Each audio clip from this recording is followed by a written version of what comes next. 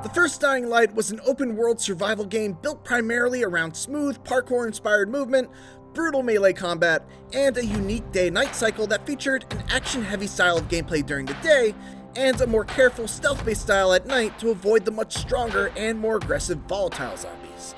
Based on my 4 hours of playtime with a preview build of Dying Light 2, it's certainly more of the same, but developer Techland has obviously put a lot of effort into addressing many of the issues from the previous game, while also completely reinventing certain fundamental pillars of design, ultimately building a game that, thus far, simultaneously feels like the natural next step for the franchise, while also feeling like something that establishes its own unique identity.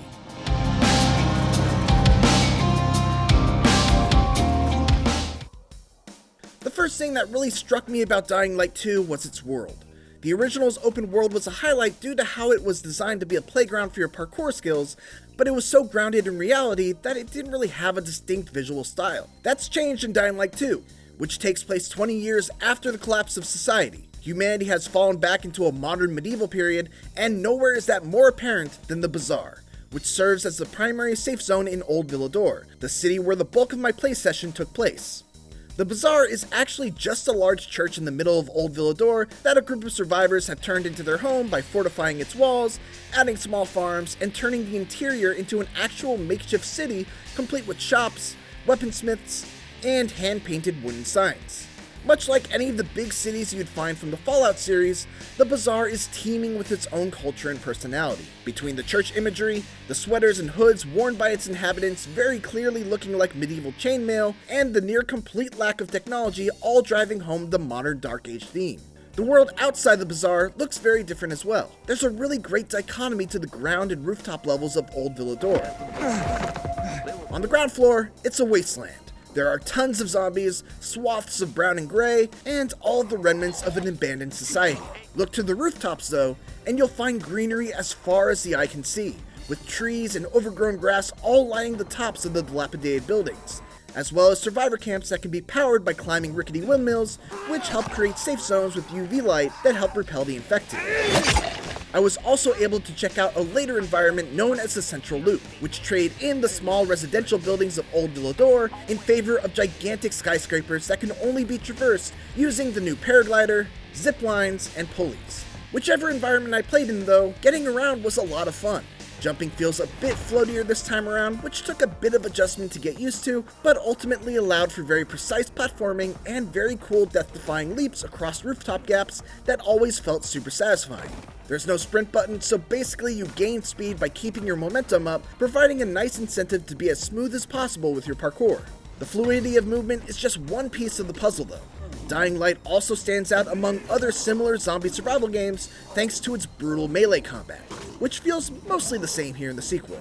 Speaking with Timon Smektawa, lead designer on Dying Light 2, he told me that one of the goals this time around was to combine parkour and combat so that players wouldn't just run to an encounter, stop, kill all the enemies, and then continue on their way. To that end, one of the earliest abilities you get in Dying Light 2 is the ability to vault off an enemy and dropkick another in the face.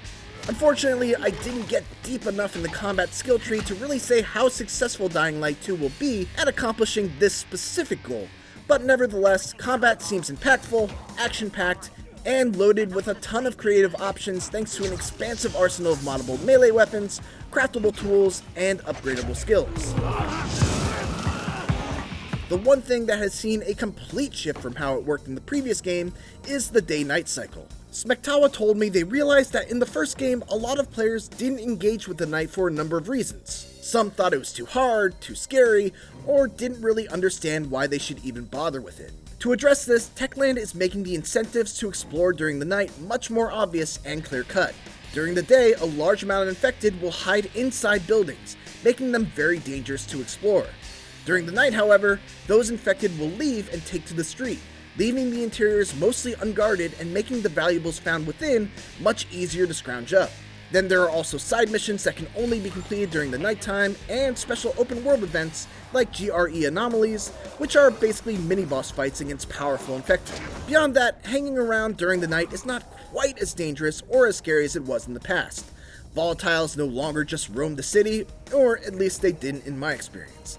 Instead, there are special infected called Howlers that will alert the Horde to your presence when they spot you, triggering a GTA-like multi-tiered chase sequence that forces you to either run away and break line of sight, or stand and fight until there's no one left to give chase. The longer you stay within the range of the infected though, the more your chase meter fills, with each new level calling in more and more dangerous threats, until finally, it gets to level 4, at which point you're in big trouble. The final pillar of Dying Light 2's design, and one that wasn't really present in the first game, is that its choices have consequences, both in terms of the story and the actual gameplay. I encountered several points in my playtime where I was offered choices between siding with one faction or another, and while I can't really comment on how deeply those choices may have affected the overall narrative, they seem pretty dramatic. Like making the decision of whether to share valuable information with the survivors back at the bazaar, or taking that information back to the law-enforcing peacekeepers. You can also capture specific facilities and make the choice of whether to give control to the peacekeepers or the survivors, with each choice offering its own benefits and perks. Granting control to the peacekeepers will reward you with some sort of combat-related perk, like arming all the vehicles in the controlled area with a remote-controlled car bomb, while granting control to the survivors will instead reward you with a perk that makes traversal easier. For example, having zip lines that allow easier rooftop travel in the area. The more you align with a particular faction, the more powerful the perks you acquire. All in all, I had a lot of fun during my time with Dying Light 2. My 4 hours of playtime were pretty much exclusively directed towards main quest content, so unfortunately, I didn't get much of a chance to take a look at the multitude of side quests, side activities, and challenges, but even with just a glance, it's clear that Dying Light 2 will be a massive game, one that will once again be playable cooperatively as well. We'll soon see how it all turns out when Dying Light 2 is released on PC, PlayStation 4, PlayStation 5, Xbox One, and Xbox Series consoles on February 4th, 2022. Thanks for watching, and for more Dying Light 2, make sure to check out the latest trailer. And for everything else, keep it here on IGN. But you better keep practicing if you hope to beat me. I didn't know it was a race.